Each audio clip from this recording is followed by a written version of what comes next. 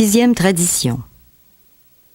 Un groupe ne devrait jamais endosser ou financer d'autres organismes, qu'ils soient apparentés ou étrangers au AA, ni leur prêter le nom des alcooliques anonymes, de peur que les soucis d'argent, de propriété ou de prestige ne nous distraient de notre objectif premier.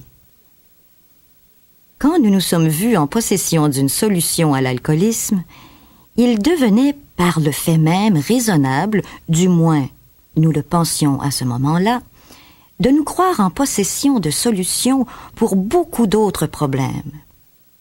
Selon un grand nombre, nos groupes pouvaient se lancer en affaires et financer n'importe quelle entreprise se rattachant au vaste domaine de l'alcoolisme.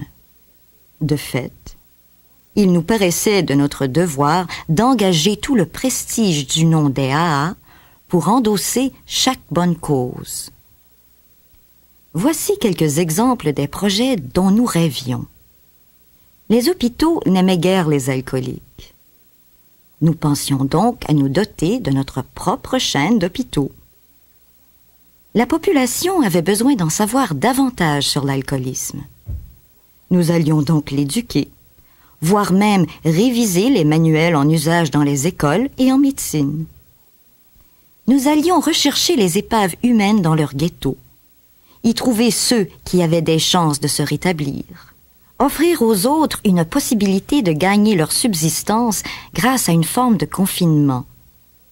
Tous ces établissements rapporteraient peut-être de fortes sommes d'argent pour soutenir nos autres bonnes œuvres. Nous songions sérieusement à faire amender les lois du pays afin que les alcooliques soient officiellement reconnus comme des personnes malades. On cesserait de les envoyer en prison. Les juges les confieraient à nos soins, en liberté conditionnelle.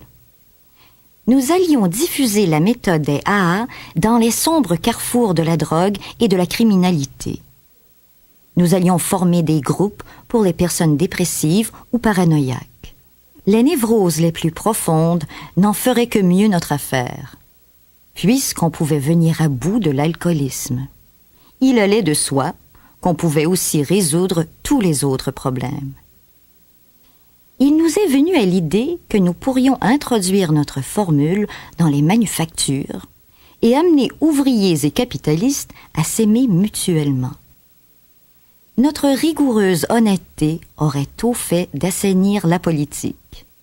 Bras dessus, bras dessous, la religion d'un côté et la médecine de l'autre, nous résoudrions leurs différends.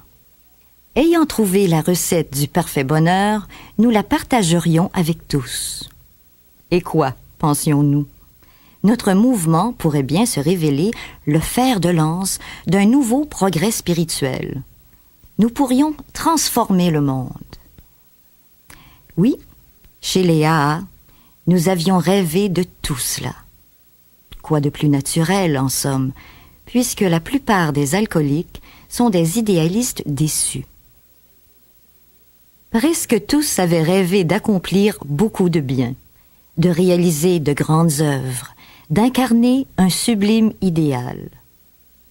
Nous sommes tous des perfectionnistes qui, incapables de perfection, se sont rendus à l'autre extrême et se sont contentés de la bouteille et de l'oubli total. Par le truchement des AA, la Providence avait mis à notre portée la réalisation de nos objectifs les plus ambitieux. Alors, pourquoi ne pas partager notre mode de vie avec tout le monde? Nous nous sommes donc lancés dans nos projets d'hôpitaux, lesquels ont tous échoué parce qu'il est impossible de confier des projets d'affaires à un groupe des AA. Trop de chefs gâtent la sauce.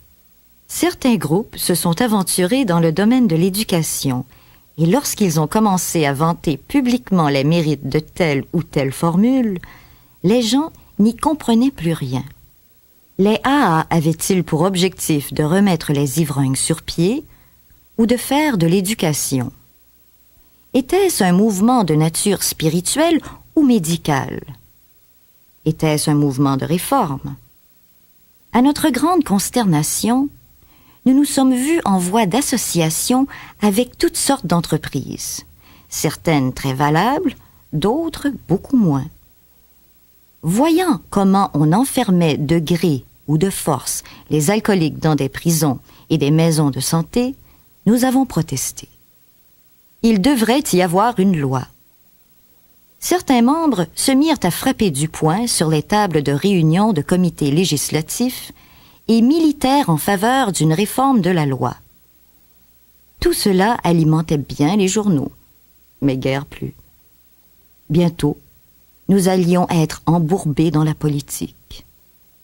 Même à l'intérieur du mouvement, nous avons jugé impérieux de supprimer la mention du nom des AA dans l'identification des clubs et des maisons affectées aux activités de 12e état. Ces aventures nous ont fermement convaincus que nous ne devions en aucune circonstance endosser quelque entreprise connexe, peu importe la valeur.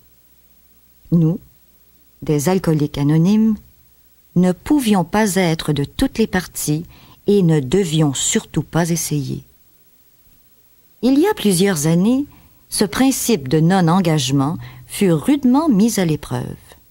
Quelques-unes des plus importantes distilleries se proposaient de faire une campagne d'information sur l'alcool. Il serait bien vu, pensaient leurs dirigeants, que l'industrie des boissons alcooliques manifeste un sens de responsabilité sociale. Il voulait dire que l'alcool devrait être une source de plaisir et non d'abus, que les gros buveurs devraient modérer leur consommation et que les buveurs problèmes, les alcooliques, devraient s'abstenir entièrement. Une de leurs associations commerciales s'interrogea sur la manière précise de conduire une telle campagne. Naturellement, on utiliserait la presse, la radio et le cinéma. Mais qui en serait le porte-parole? On pensa aussitôt aux alcooliques anonymes. S'ils trouvaient un bon relationniste dans nos rangs, ce serait l'idéal. Il connaîtrait certainement le problème. Son appartenance au AA serait précieuse parce que le mouvement avait la faveur de la population et ne comptait pas un seul ennemi au monde. Il trouvait rapidement leur homme, un membre des AA qui avait toute l'expérience voulue.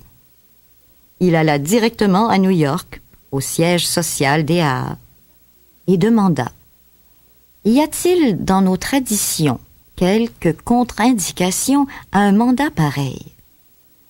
Le contenu éducatif me semble adéquat et ne prête pas trop à controverse. Y voyez-vous des empêchements? » À première vue, le projet semblait très valable.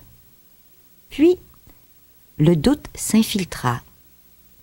L'association voulait utiliser au complet le nom du candidat pour la publicité.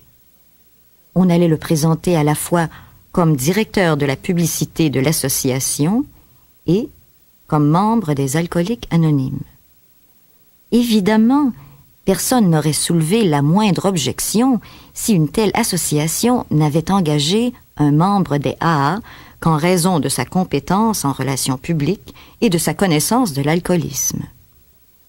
Mais la situation n'était pas si simple, car ici, non seulement on invitait un membre à sacrifier son anonymat, mais dans l'esprit de millions de personnes, on allait associer le nom des alcooliques anonymes à ce projet particulier d'éducation populaire.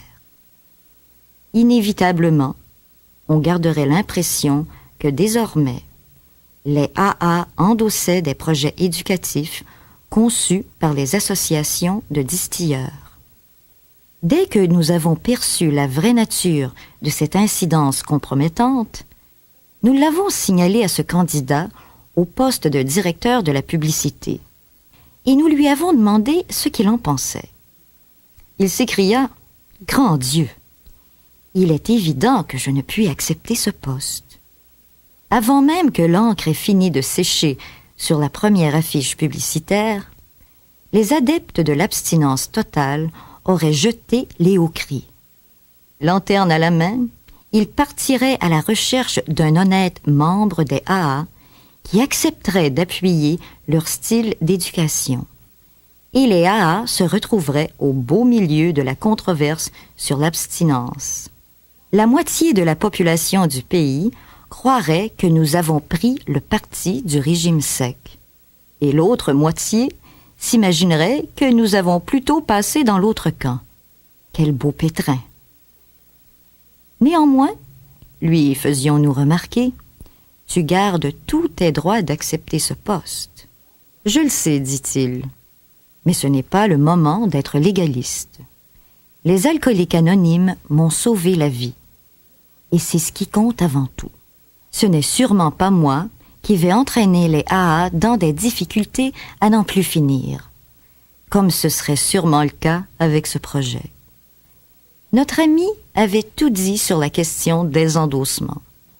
Plus clairement que jamais, nous nous rendions compte qu'il ne fallait jamais associer le nom des AA à une cause autre que la nôtre.